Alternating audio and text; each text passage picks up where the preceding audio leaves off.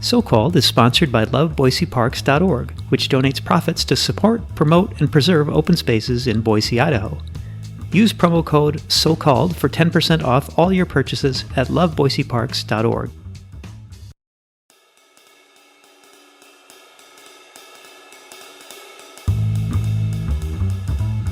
Take a chance, take a risk, reach out. The answer will always be no if you don't ask, and you'll never get anything that you don't chase. This is Mark Wojcik, and I'm wondering, how's your so-called career? Welcome to So-Called, the podcast that explores the why and how of work. On today's episode, we meet Tylar Bell, CEO of Gem State Gymnastics in Boise, Idaho. When we met, I asked Tylar to describe the scope of operations at Gem State Gymnastics. So here at Gem State Gymnastics, we have obviously a gymnastics program for either recreational gymnastics and or team gymnastics for Excel and JO. We also have a men's gymnastics team. In addition to that, we have a full-scale daycare and day camp facility that's directly connected and is a big feeder into our programs. We also, during the summer, have a swim program with an outdoor pool that runs for about 4.5 months out of the year. Okay. And so how did you get into that line of work, into that business? Holy smokes. Okay. Well, I actually just purchased and bought into this business a couple of years ago from Jim and Nancy Tai, who actually started this company in 1976. So it is the oldest and the original gymnastics facility here in the Valley. I got involved because I grew up doing gymnastics with my sisters and as a family competing all through, junior high and high school. And then I kind of left the business and went to a different career path or a few and to chase down, what I thought my vision of my future and what I really love to do would be like. And turns out it's changed a few times. Both of my kids were and are currently involved in competitive gymnastics, my son and my daughter. And I wanted to get out of the line of work that I was in previous to this. So I started looking at stuff in the fitness realm. I'm a big fitness buff and I love to stay active and keep my kids and my nieces and nephews and everyone active. And this happened to pop up and it was a natural fit. I coached years ago and again, competed, and my kids are heavily involved in this gymnastics world. So I thought, why not give it a go? And it's been fantastic. What do you like about the work that you do? My favorite thing is the flexibility with the schedule with my family and my kids, hands down. Having the flexibility to take off and do whatever I want with my kids as far as school activities, school performances. Some of those things were not really revered as important in employers' eyes in previous. So that's probably my favorite thing, followed by seeing kids stay active and healthy. That is a huge, huge thing and part of what we do here. Are there things that you find harder to do as part of running the business? There are definitely things that are harder to do, especially right now with COVID-19 in full effect. It's been challenging to keep the doors open, recruit new kids, that sort of thing. Previous to that, the fun things are fantastic. They seem to run smoothly and enjoy those. You're correct. There are downsides. The downside is you're in charge. You have to clean out the drains in the pool, and you have to clean the toilets, and you have to be the janitor, and all the fun things that if somebody calls in sick, guess who works? You do. Those are some of the downsides to being an owner, for sure. Whereas it's not your regular 9 to 5, and then you're off, and you don't worry about your work. It's all the time, 24/7. So I would say that is a little bit of trade-off. You mentioned COVID-19. I mean, everybody, every business, every home is affected in some way. What are the things that you're having to do to adjust to that, to keep the doors open, as you said? One big thing we're trying to do is bring all the employees back.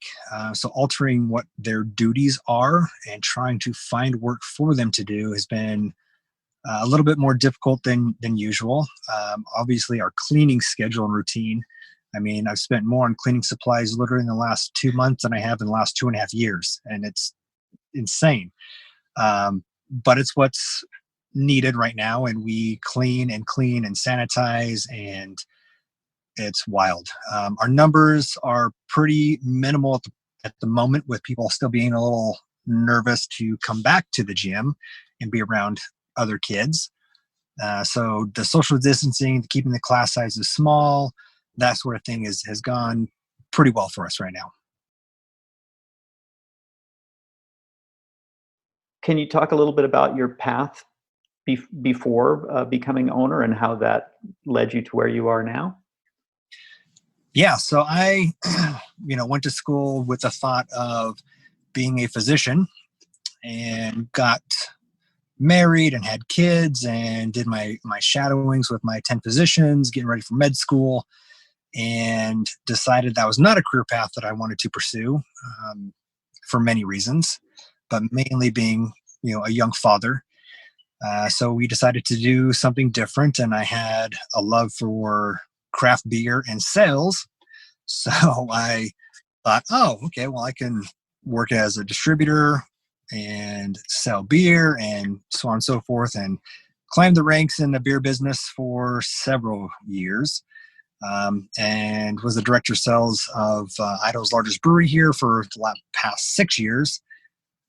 But that comes with a heavy price with, again, young kids, different times and schedules and travel and all that fun stuff. And I was just to the point where I couldn't do it anymore and wanted something different. I've always wanted to have my own business. So I began to look, and it kind of just came up again. Like I said, I wanted something in the fitness industry of some sort. I didn't know what or where that was going to be. Gymnastics facilities are so rare to find for sale. I mean, it's almost unheard of. And the day I started looking, it just popped up. So it's kind of worked out really well, and we closed in 2 months, and it's been fantastic and a whirlwind since. Is there anything that served you well from your past work and your current? I would say definitely the sales and marketing has been a huge aspect. I spent years doing that. I also, on the side for a number of years, managed a couple of other companies, both healthcare, bar, restaurant, and then other brewery stuff on the side as a consultant, basically. So running those companies, from all the back end stuff, the business, the paperwork, the books, has really set me up for a good position in running my own company.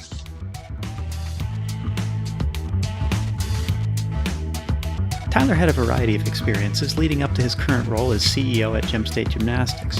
If you'd like to hear more stories of extreme career changes, I can recommend a couple of episodes from Season 1. Ron Gambassi of Gem State Investment Advisors, and Jim McCauley, Physician Assistant at the VA. Our complete episode archive is available at socalledpodcast.com. Looking ahead, is there any next big thing that you're looking to tackle? Yeah, so, excuse me, we are currently, or we're looking at building a new facility here in Boise for the gymnastics facility before all of this came down. So I'm hoping and looking forward to maybe next summer tackling that project as far as Gem State goes. But then I also started another company in January, and it is going gangbusters right now. We're just trying to keep up. I'm the CEO, and I own, it's called ACTS, Advanced Clinical Trauma Services. It's actually Idaho's first and only trauma specialty mental health clinic. Yeah, so it's very different. And so what does that business do? So we are, again, 100% trauma specialized in all the mental health aspects. So we really focus on finding and hitting the niche that's not being taken care of currently, or maybe not to the degree that we feel is appropriate. We really want to focus on human trafficking, first responders, veterans, and anyone else that has some specific mental trauma of any kind. So our therapists are extremely certified They're very focused on specific realms in which they practice. Everyone has been handpicked, and it is a fantastic facility. So it also works side and side with a nonprofit that we sit on the board for, or that I sit on the board for, and really pushing and trying to help that as well. If you'd like to learn more about advanced clinical trauma services, you can find more information on Facebook. You can also check the show notes at socalledpodcast.com for links to acts and other related content from this episode. That was looking ahead. Looking back, what advice would you give your younger self? Oh, man.